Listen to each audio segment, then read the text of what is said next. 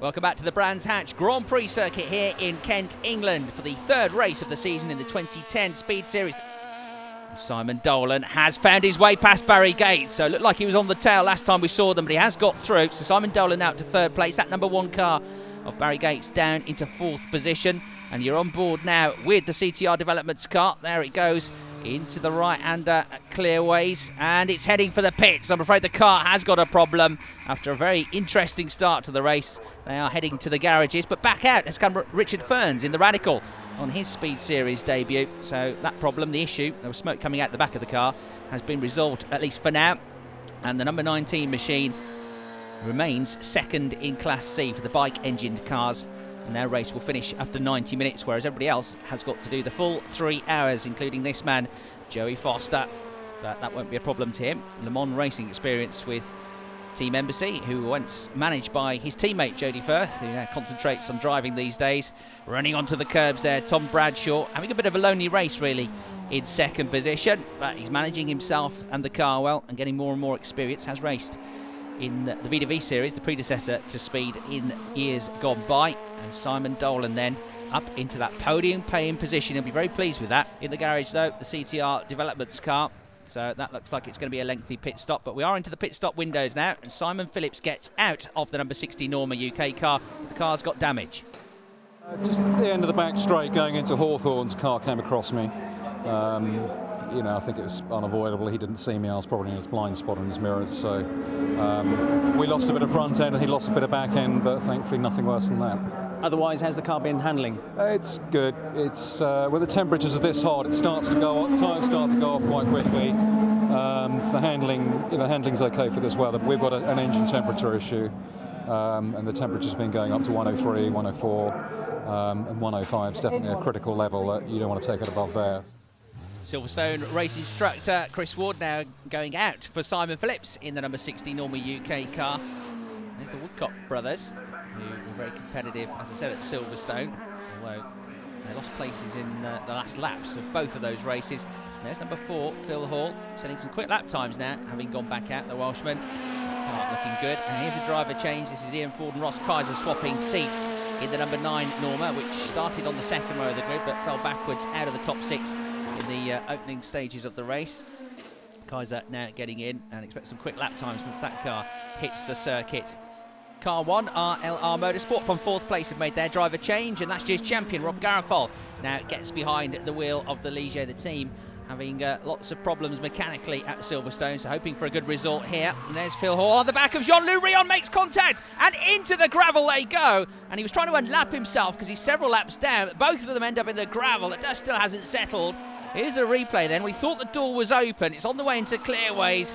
But Jean-Louis Rion, I don't think saw him coming, turned onto the racing line, and he just clipped the back end of the Norma, and they both end up in the gravel, and it's going to take some time for the marshals to get them out of there. Both drivers appear to be okay. Phil Hall already out of the car, but both men have had an incident-packed race so far this weekend. It's such a shame for Jean-Louis Rion as well, because he had that very good comeback drive after that opening lap incident. Where's the other accurate racing car?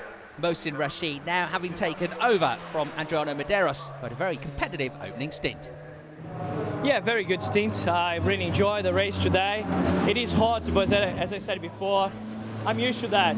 I'm not even sweat, as you can see, but I'm enjoying that. Hotter than Brazil here. Exactly. I feel like home. That's great. I felt like the car was gaining grip during the race. It was really good. The car is acting really well. The team did a good job, so thanks for them, for the car and everything. Everything works really well. Good to see the CTR Developments Juno of Zubin Rendaria and James Fillingham has been repaired and is going back out, albeit a number of laps down. And there's a driver change as well for Joda Sport, as Ollie Hancock, brother of Sam Hancock, gets behind the wheel for the first time, having taken over from Simon Dolan. But the safety car is coming out now, because they're still recovering these two vehicles that had that smash on the way into clearways. So this is now the point as well at which the C-Class cars are going to finish halfway into the race. There is going to be the race-winning car, number 72, WSC Motorsport. Just behind it, second in the class, AEL Electronic Sourcing, but there is a lap between them. So it's going to be a rather sedate finish for them as they take what won't be a checkered flag, but a board held out by the race officials. And it's going to be a well-deserved victory for Graham Hill and Rod Stead in their Speed Series debut. Hope to see more of them during the rest of the season. Well, here's the reason for the safety car. Let's hear the perspective of both drivers. I think it's just one of those unfortunate events that there was a blue flag waved. I was quicker than Jean-Luc coming into the corner. I chose to go down one side because I thought that was where the gate was open, and Jean-Luc seemed to close it. That was my recollection, but it's very, very difficult in the heat of the moment to know really what did happen. I think the video will probably tell the real story, which is what we need to look at. But I think just one of those unfortunate events. In hindsight, it's a wonderful thing. I probably could have waited another 20, 30 yards, and it wouldn't have happened. But it's like a heat of the battle. You're desperate to get past.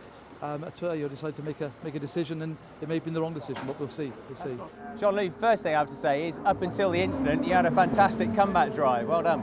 Yeah, I did well. I was pleased with myself. And that must have been the last lap before handing over to Nick. And Phil Hall hit me from behind. I don't know whose that fault is. It's a racing incident. We both ended up in the sandbank. Team leader Jody Firth then leading the race still for car number 45, the Ligier of Team WFR, the team which won the opening race at Silverstone and finished second in race 2 despite having the rear wing come loose at one point. They lead the championship standings and they lead here once again at Brands Hatch. And there's the second place car of Joda Sport, Ollie Hancock, the former BARC Formula Renault champion behind the wheel. Simon Dolan did the first stint and he did very well. We've had no testing and we had maybe 10 or 15 minutes each in quali this morning. So pretty difficult to get any proper setup on it, and the tyres were going off towards the end, so very understeery, which means the front's just sliding away. And yeah, I was glad to come in when I came in. I didn't think there was too many more laps left on the tyres. And there's no time to change the car setup at all, really, during the pit stop? No time at all. I mean, you lose so much by the time because the driver has to get out to get the fuel in. Time you got the fuel in, the driver's back in, and you're away again. You've lost a good minute and a half. We were fortunate that the safety car came in or came out when I was coming in.